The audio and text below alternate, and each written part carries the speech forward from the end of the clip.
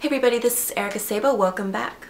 So today I'm going to be reviewing a game I've been wanting to play for so long now, and I finally got a review copy from Nintendo, and that is Bayonetta 2. I was a big fan of Bayonetta 1, although I did find the gameplay very frustrating, but I have so much more to say about Bayonetta 2.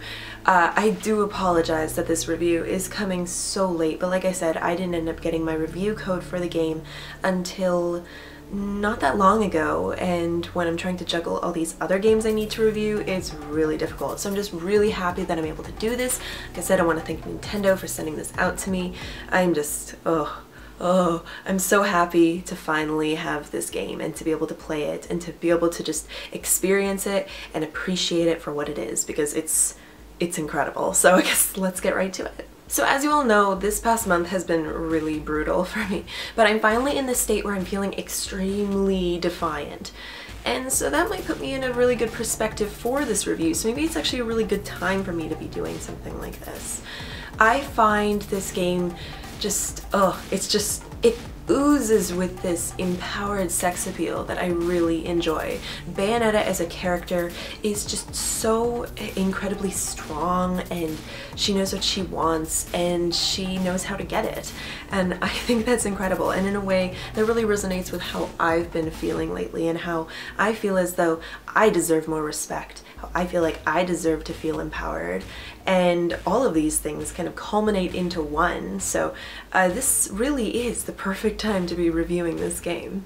Bayonetta 2's story is as crazy and cheesy as ever. To be honest, it doesn't really matter, as the scenarios themselves are what truly take the proverbial cake. I constantly found myself laughing to tears as Bayonetta kicks a fighter jet into oblivion in her Sunday dress, or Rodin dressed as Santa Claus drives a car on the side of a high-rise building. And this is all within the first half hour. The hilarity only amplifies from there. So then, let's get on to the gameplay. On the surface, Bayonetta is a simple 2-button punch-kick system with weapon switching and ranged attack options, like in Devil May Cry. At its core though, this system is painstakingly complex, allowing for plenty of experimentation in order to get that ideal combo count, but still easy to learn. Dodging is another essential, triggering a witch time slowdown event that serves as a counter and is extremely essential for some of those tougher battles. Honestly, with something like this, you really need to pay attention to your enemy movements and your surroundings if you want to get through this game. That's honestly the best advice I could offer. Most of all though, it's hella fun. Bayonetta 2 is full of ridiculous and hilarious style.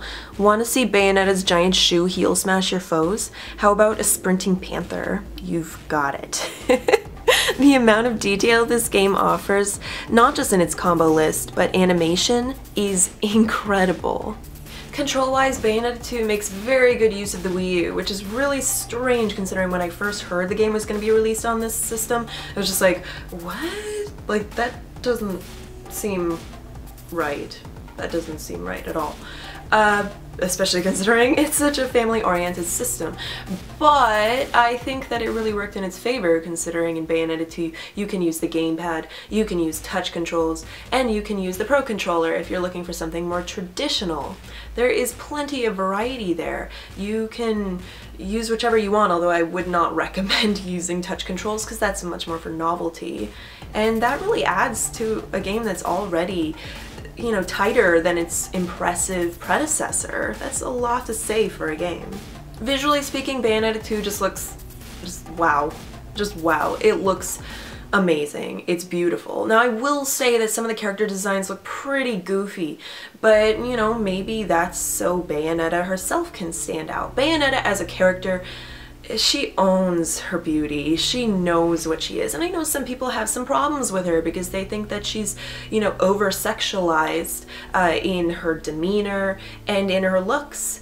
But anybody who says that, in my opinion, is totally out of touch with the character herself and is totally out of touch with perspective or parody. This is something I'm not really going to go into that much because I have a very strong opinion about it, and it is my opinion at the end of the day. So she's a character that I really admire, and she's very much one of my favorite characters, female characters at that, of all time. I have a lot of those characters. Maybe I'll do a video of that sometime, I don't know. But what I like so much about this game is it's so clever. It knows exactly what it is. It knows exactly what it's doing.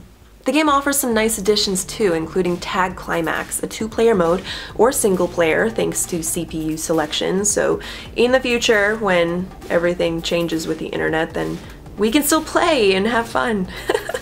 But anyways, Tag Climax lets you and a friend work both competitively and cooperatively to earn the high score. Betting plays a part in it as well, where you bet halos, the game's currency, on who will get the highest score, in order to win back more halos to trade in for techniques, accessories, and weapons. Stage selection in Tag Climax is done using verse cards, which can be unlocked as you progress through story mode. In total, there are 52 verse cards to unlock, some of which feature battles that are unique to the mode, so it's worth trying out for the variety and for its unlocked potential.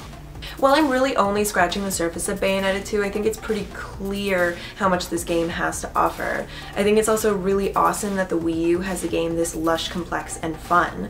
While it is geared more towards older audiences because of its suggestive content, it's all in good fun and serves as a great parody. I have a pretty twisted sense of humor when it comes to these kinds of games, especially when I veer away from JRPGs, so this was perfect for me. It clicked, it felt right. It might not feel right for everybody, but it's well worth the shot. And that's really all I could ask for. So I hope you enjoyed my review of Bayonetta 2. Once again, big thank you to Nintendo for sending me over a review code. I wish I could have covered everything in this game, but at the same time, I like adding that sense of mystery in my reviews. I like leaving you with a lot to think about, but then leaving you with things like, oh, what else could this game have to offer? That's just the way I do things. I like to add detail, but brevity is like the most important thing in the world for me. That's something I learned in journalism school, and I will never, ever, ever forget. Even earlier, even in high school, I learned about brevity through one of my English teachers.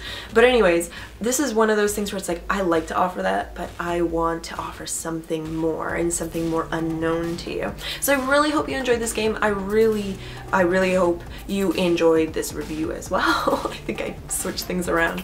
But yeah, honestly, if you have played the game, let me know what you think. If you're thinking about getting it, tell me why. What are you interested in? What do you think about Bayonetta as a character? This is something I'm actually really interested in talking about. I know I said in the review, I have a very clean-cut opinion, and I think you know what my opinion is about this in terms of the sexualization of women in games. There's a lot more gray area than I feel like a lot of people tend to consider. I find it to be more positive, you know, and not so convoluted, especially considering the character design was done by a female, which could add a sense of, what would you call it? Sexual empowerment, you know, something like that, right? So there's a lot to say, and I would love, love, love, love to hear your thoughts. I don't want any like angry talk though, nothing hateful. I just want to like hear what you think, and I want to hear what you think about the game. So after this, I'm going to Montreal, so you're not going to hear from me, unfortunately.